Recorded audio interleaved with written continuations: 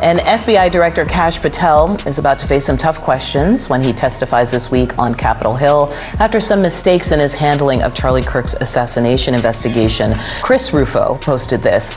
It's time for Republicans to assess whether Patel is the right man to run the FBI. Trump is absolutely panicking right now because his most loyal ally just got dragged before a federal grand jury and forced to testify under oath. Kash Patel, guy Trump made FBI director, guy who's defended Trump on everything for years, guy who Trump thought would never break. He's been compelled to give testimony that could destroy Trump. And here's what makes this terrifying for Trump. Patel didn't volunteer to testify. He was subpoenaed. He tried to refuse, invoked Fifth Amendment repeatedly, but prosecutors went to judge and got him granted immunity, which means Patel had no choice. Had to answer questions under oath, had to tell truth or face perjury charges. And now there are signs he's starting to distance himself from Trump. Not dramatic turning yet, but enough that people in DC are noticing, enough that Trump has to be losing sleep. Because when your most loyal guy starts hedging testimony, when he starts contradicting your stories under oath, that's when prosecutors see cracks they can exploit. That's when carefully constructed wall of loyalty starts showing fractures. And that's exactly what's happening with Patel right now. But real quick, before we get into this, let's be honest. You can't really trust mainstream media anymore.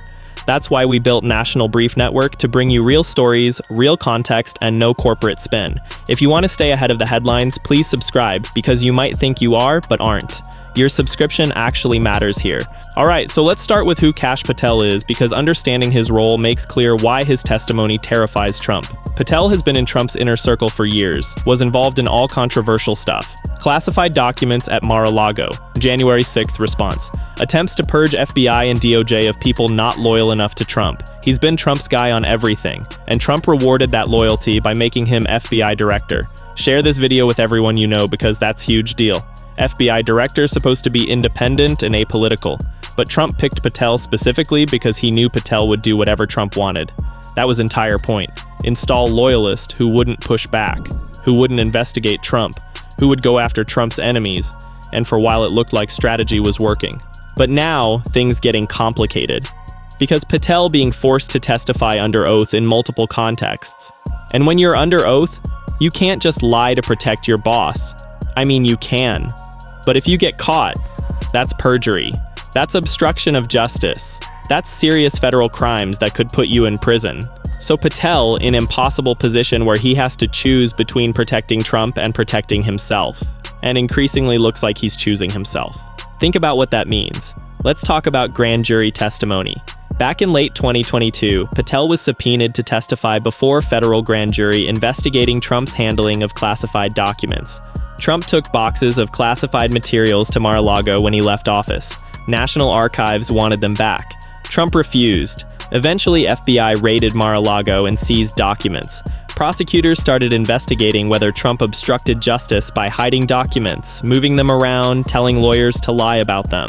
Make sure you're subscribed to National Brief Network, because Patel was right in middle of it. He was one of people who had access to those documents, was involved in legal strategies around them, knew what Trump was doing and saying, so prosecutors wanted to question him, and Patel initially took fifth, refused to answer questions, but prosecutors went to judge and got Patel granted limited immunity. What that means is they said, we'll give you immunity from prosecution for anything you tell us. So now you can't take fifth anymore. You have to talk.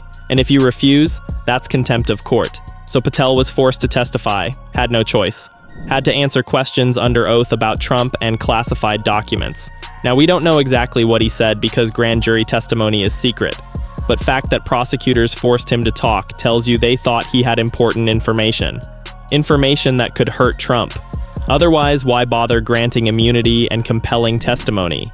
They believed Patel knew things about Trump's handling of documents. About Trump's intent to hide them, about conversations where Trump might have instructed people to lie or destroy evidence. And then there's Senate confirmation hearings. When Trump nominated Patel to be FBI director, he had to go through Senate confirmation. And during those hearings, Patel got absolutely grilled. Democrats went after him hard, asked about his loyalty to Trump, asked about whether he would investigate Trump's enemies, asked about January 6th. And here's where it gets interesting. Patel started distancing himself from some of Trump's positions, specifically on January 6th pardons. Trump has pardoned a bunch of people who were convicted for attacking Capitol, people who assaulted police officers. Trump calls them patriots and political prisoners. But when Patel was asked about this under oath at Senate hearing, he said people who committed violence against police should not receive leniency. That's direct contradiction of Trump's position. Trump is giving leniency to exactly those people. And Patel saying under oath they shouldn't get it, that's significant. Shows Patel willing to break with Trump publicly when under pressure. And if he's willing to do that on January 6th pardons, what else might he be willing to say under right circumstances? And there's credibility problem. Multiple judges and legal experts have looked at Patel's testimony over years and said this guy is not credible. In Colorado case related to January 6th, judge found Patel was not credible witness. Specifically, Patel claimed Trump authorized thousands of National Guard troops to be deployed on January 6th to prevent violence. Think about what that means. But judge looked at evidence and said that claim was illogical and unsupported. That Patel's testimony on that point couldn't be believed. And legal commentators wrote about what they called Patel's odor of mendacity. Fancy way of saying this guy lies under oath and everyone knows it. So you've got pattern here.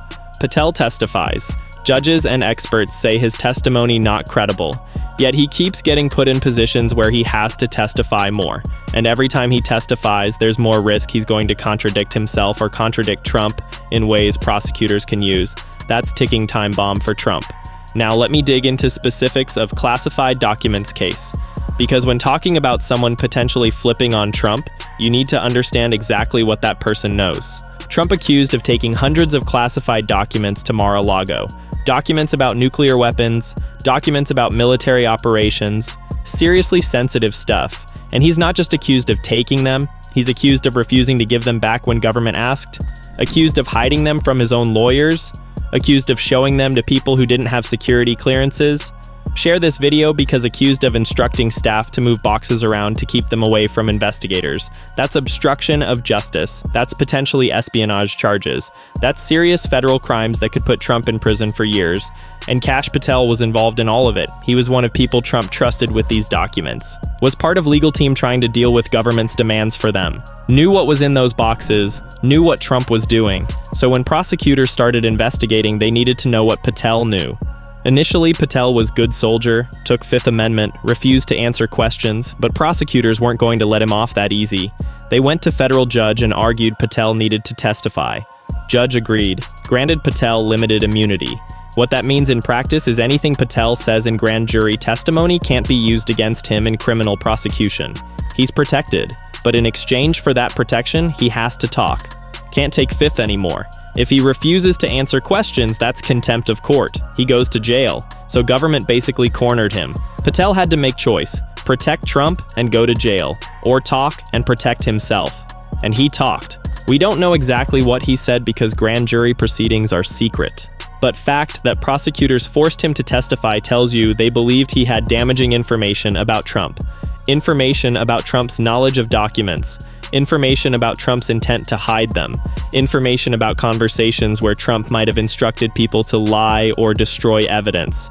That's kind of stuff that makes or breaks obstruction case. Think about what that means, and Patel had that information. Question is, how much did he actually give up? Did he tell prosecutors everything he knew? Or did he try to minimize Trump's culpability while still technically answering questions? We don't know. But Trump has to be worried. Because if Patel told whole truth about what Trump did with those documents, that's devastating evidence. Now let's talk about Senate hearings because that's where we got to see Patel under pressure in public. Democrats on Senate Judiciary Committee went after him hard, asked whether he would investigate Trump's political enemies, whether he would use FBI to go after people Trump doesn't like. Patel tried to dance around those questions, said he would follow law, said he would be independent, but nobody believed him. Because his entire career has been about doing Trump's bidding. He's not independent operator, he's Trump loyalist. Everyone knows it. But when senators asked about January 6th pardons, Patel broke with Trump, said people who committed violence against police should not receive leniency. Trump has pardoned lots of January 6th defendants, including people who assaulted cops. Trump calls them patriots fighting for country. But Patel saying under oath those people don't deserve leniency. That's problem for Trump. Undermines his narrative about January 6th. If Trump's own FBI director saying people Trump pardoned shouldn't have been pardoned, that's politically damaging. and shows Patel willing to contradict Trump when under oath and facing senators who can make his life difficult. And then there's credibility issue in Colorado case. Patel testified Trump authorized thousands of National Guard troops to be deployed to Capitol. Implication being, Trump tried to prevent violence but was overruled or ignored. But when judge looked at evidence, there was no support for that claim. No documents, no contemporaneous records, no corroboration from other witnesses, just Patel saying it happened. And judge concluded Patel was not credible witness on that point, that his testimony was illogical and should not be believed. That's brutal. That's federal judge basically calling you liar in written opinion. And it's not just that one judge. Legal experts wrote about Patel's odor of mendacity, went through his various public statements and testimony, pointed out all times he's been caught in lies or exaggerations or claims that don't hold up under scrutiny. Concluded Patel has serious credibility problem, that he's willing to say whatever benefits Trump regardless of whether it's true. But here's the thing about being labeled liar. It cuts both ways. On one hand means prosecutors might be skeptical of anything Patel says. On other hand means Patel is vulnerable.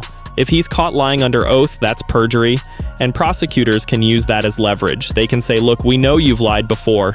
We think you're lying now. Either you tell us truth or we're going to prosecute you. That's how they flip witnesses. They find people who are already compromised, and they squeeze them until they cooperate. And Patel fits that profile perfectly. Now let me connect this to Senate complaints about Patel. Think about what that means. Senator Whitehouse sent formal letter complaining Patel refuses to fully answer questions about his grand jury testimony. Letter says Patel withholding information essential to committee's oversight responsibilities, that Patel being evasive and not candid, that his lack of cooperation is unacceptable. Patel probably argues he can't talk about grand jury testimony because it's secret. And technically that's true. Grand jury proceedings are confidential. But there are exceptions, and Senate has oversight authority over FBI. So senators saying you need to give us enough information to do our jobs, and you're not doing that. If Patel keeps stonewalling, Senate could hold him in contempt, could refer him for criminal prosecution, could make his life as FBI director absolutely miserable.